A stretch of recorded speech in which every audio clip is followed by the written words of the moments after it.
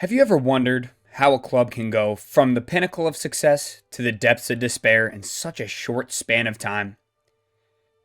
The city of Naples, nestled in the beautiful region of Campania, has long been a vibrant cultural hub with a rich history dating back to the ancient times. From its founding by Greek settlers in the 8th century BC to its prominence as a key city in the Roman Empire, Naples has witnessed centuries of conquests, revolutions, and cultural exchanges. It's against this backdrop that Napoli emerged in the early 20th century, symbolizing the spirit of the city through its triumphs and tribulations. From their historic Serie A triumph to the chaos of managerial changes and internal strife, Napoli's trajectory raises more questions than answers. How could such a remarkable rise under Luciano Spalletti plummet so quickly into mediocrity under subsequent coaches? How did the departure of key players and managerial missteps contribute to the downfall? And what role does club management play in shaping the fate of a team? In this exploration, we delve into Napoli's history and, more importantly, one of the worst title defenses in Serie A history. Through careful examination, we seek to uncover the underlying reasons behind Napoli's rollercoaster ride and shed light on the path forward for this iconic Italian club. If you like this type of content, please consider giving me a like and a subscribe. And without further ado, let's jump right into it. Napoli's history is deeply intertwined with the fabric of Italian football. Stretching back to its beginning in the early 20th century, while the club was officially founded in 1926, its roots can be traced to the pioneering efforts of William Poths and Hector M. Bayon. During its formative years, Napoli faced challenges due to the dominance of northern clubs in the Italian Football Championship. Nevertheless, they showcased their prowess by winning the Lipton Challenge Cup and emerging victorious in several finals against Palermo FBC. The merger of rival clubs in 1922 gave birth to Football Club Inter Naples, laying the foundation for Napoli's entry into top-flight football. Under the presidency of Giorgio Ascarelli, the club underwent a transformation, culminating in its renaming as Associazione Calcio Napoli in 1926. Despite initial struggles, Napoli's fortunes began to change with the emergence of Paraguayan-born Attila Salustro as a goal-scoring sensation. The move to Stadio Militare dell'Arenacea marked a new chapter in Napoli's history, setting the stage for future successes. The arrival of manager William Garbut heralded a golden era for Napoli, with notable achievements including third-place finishes in the Serie A standings. However, the outbreak of World War II brought about a period of decline, culminating in relegation to Serie B. The post-war years saw Napoli navigate through ups and downs, eventually securing promotion back to Serie A and clinching their first major trophy, the Coppa Italia, in 1962. A change in name to Società Sportiva Calcio Napoli in 1964 ushered in a period of resurgence under manager Bruno Passola. Napoli enjoyed consistent success in Serie A, narrowly missing out on the league title in 1967-68. The 1970s witnessed further achievements including a second Coppa Italia triumph in 1976 and notable performances in European competitions. However, it was the arrival of Diego Maradona in 1984 that propelled Napoli to new heights. With Maradona leading the charge, Napoli clinched their first Serie A title in 1987, followed by a historic double in 1987-88. Maradona's iconic status transcended football, elevating Napoli to unprecedented levels of success and igniting a cultural phenomenon in Naples. Napoli continued to compete at the highest level. The club experienced further highs, including a second Serie A title in 1990 and triumphs in domestic cup competitions. In recent years, Napoli has witnessed a revival under the guidance of managers like Maurizio Sarri and Luciano Spalletti. In the 2022-23 season, Napoli reclaimed the Scudetto, or the Serie A championship, after more than 3 decades. The season had been a saga of resilience, strategic evolution, and finally a triumphant resurgence. Since their last Serie A triumph in the 1989-90 season, the club had weathered storms of relegation, managerial changes, and fluctuating fortunes. But under the stewardship of Luciano Spalletti, Napoli emerged as a force to be reckoned with. Despite initial skepticism due to the departures of key players like Insigne, Koulibaly, and Mertens, coach Luciano Spalletti masterfully integrated new signings like Kvaratskhelia, Kim Min-jae, Raspadori, and Simeone into a cohesive unit. Their path to glory was paved with meticulous planning and commitment to a fluid, attacking style of football. Despite not being preseason favorites, Napoli's performance metrics spoke volumes about their dominance. Their gameplay, often reminiscent of Dutch total football, showcased seamless transitions and tactical versatility. Key to their success was Spalletti's emphasis on building from the back and maintaining possession, a philosophy deeply rooted in Napoli's footballing heritage, epitomized by the legendary Diego Maradona. With players like Anguissa, Lobotka, and Di Lorenzo, Napoli orchestrated intricate passing sequences to create openings and exploit opposition defenses. Their attacking prowess was exemplified by the lethal combination of Victor Osimhen and Ivica Kvaratskhelia, who orchestrated the lion's share of Napoli's goals. Osimhen's clinical finishing and Ivica's creative flair formed the backbone of Napoli's attacking arsenal. But Napoli's triumph wasn't just about goals. It was about adaptability and diversity in scoring. From tap-ins to scissor kicks, Napoli's goals came in various shapes and forms, a testament to their tactical flexibility and resourcefulness on the field. In their decisive clash against Juventus, Napoli showcased their depth and resilience with contributions from multiple players securing a resounding 5-1 victory. It was a defining moment for Spalletti, who had journeyed through the ranks of football management, finally tasting domestic glory in his home country.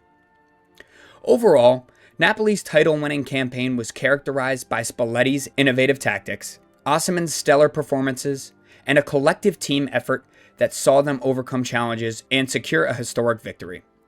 Well, with the highs come the lows, and Spalletti, shortly after winning the title, announced that he would be taking a sabbatical from football. This would be the second coach in 3 years to leave a team that just won the league, with Antonio Conte leaving Inter Milan after the 2021 championship. While taking a break is not a problem, he did not mean it. If I was a Napoli fan, I would be fuming with how things have went. Spalletti is still under contract from Napoli and was given a sabbatical where he was forbidden to coach any other squad. I believe he's been fined at this point, but he ended up being promoted as the manager of the Italian national team. Spalletti's, quote, stepping away from football would set off a chain of events that led to Napoli, defending champions of Italy, to where they are now, in 8th place with one of the worst title defenses in Serie A history. So how did Napoli get into this predicament? After the departure of Spalletti in May of 2023, Napoli owner Aurelio De Laurentiis announced the hiring of Frenchman Rudy Garcia in June. The decision to appoint the Frenchman this summer left many scratching their heads. After Napoli's triumphant victory, expectations were high for the appointment of either an experienced winner or a promising young coach to follow in Luciano Spalletti's footsteps. However, the choice instead fell on someone whose major achievements dated back over a decade. Adding to the confusion, De Laurentiis openly admitted that Garcia wasn't his first choice. He mentioned interviewing Thiago Motta and reaching out to Luis Enrique, indicating a lack of certainty in the decision-making process. It almost seemed as though Napoli stumbled upon Garcia by chance. The only clear directive from De Laurentiis was the desire for the manager to be comfortable with the 4-3-3 formation. Replacing Spalletti was always going to be challenging, but Garcia's game plan has resulted in a spectacular failure. Despite sticking with Spalletti's preferred formation, Garcia's Napoli had struggled to recapture the fluidity and confidence that characterized their play under the previous coach. Under Spalletti, players were encouraged to trust their instincts and exploit gaps left by opponents. rather than rigidly adhering to a set formation. However, under Garcia, the team seemed uncertain, possibly burdened by too many new instructions or a lack thereof. After a shocking home loss to bottom-of-the-table Empoli, Rudy Garcia was finally relieved of his position. De Laurentiis had been quoted saying, "I realized Garcia wasn't the right man the day of his unveiling. I should have caused a scene and announced, quote, I have just introduced him to you, and now he's leaving. Someone who shows up and says, I don't know Napoli, I never watched one of their matches, should have made me understand." De Laurentiis had attempted to hire Antonio Conte, but Conte did not want to take over someone else's broken project. Serie A winners last season to a broken project just 6 short months later. After some deliberation, Napoli hired Walter Mazzarri, a familiar face to the club. When Mazzarri returned to Napoli for his second stint as coach, he faced an uphill battle. He openly expressed his exhaustion and sleep deprivation to reporters amidst the chaos of Rudy Garcia's departure and his own appointment. Despite this, his initial matches were daunting, including tough losses to formidable opponents like Real Madrid and Juventus. Although there were glimpses of hope with Napoli's qualification to the Champions League knockout stages and a victory over Cagliari, their fortunes quickly turned sour when they suffered a shocking defeat to Frosinone in the Coppa Italia. The loss exposed underlying issues with the team's mentality and tactical approach. Unlike under Rudy Garcia's leadership, where players would openly criticize and turn their frustration towards the manager, under Mazzarri's leadership, players displayed visible frustration on the field, often resulting in disciplinary issues such as red cards. At this point, we all know how it ended with Walter Mazzarri. 2 days before facing Barcelona in the Champions League, Walter was fired after a Monday training session.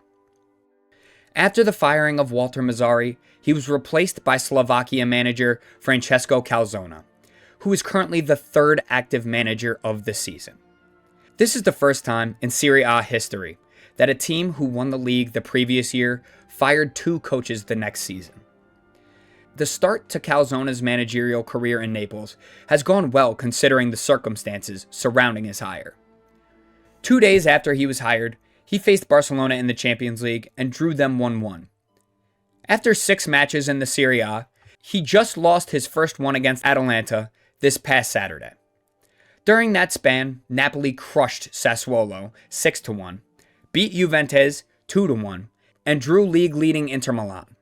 It has only been a month and a half, so we cannot judge Calzona too quickly, but I am sure fans of the Parthenope are feeling a bit better after months of embarrassment. To answer the question, what's gone wrong, is simple. While Garcia has taken the brunt of the criticism for Napoli's disappointing season, and rightfully so, he was awful. It's De Laurentiis who's largely responsible for the team's current state.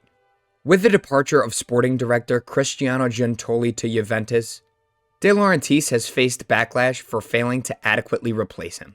Moreover, there have been accusations that he's excessively involved in team matters since Giuntoli's exit.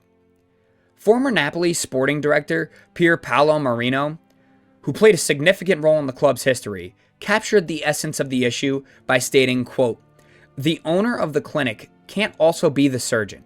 This statement paints a clearer picture of some of the issues that have led to this rapid decline.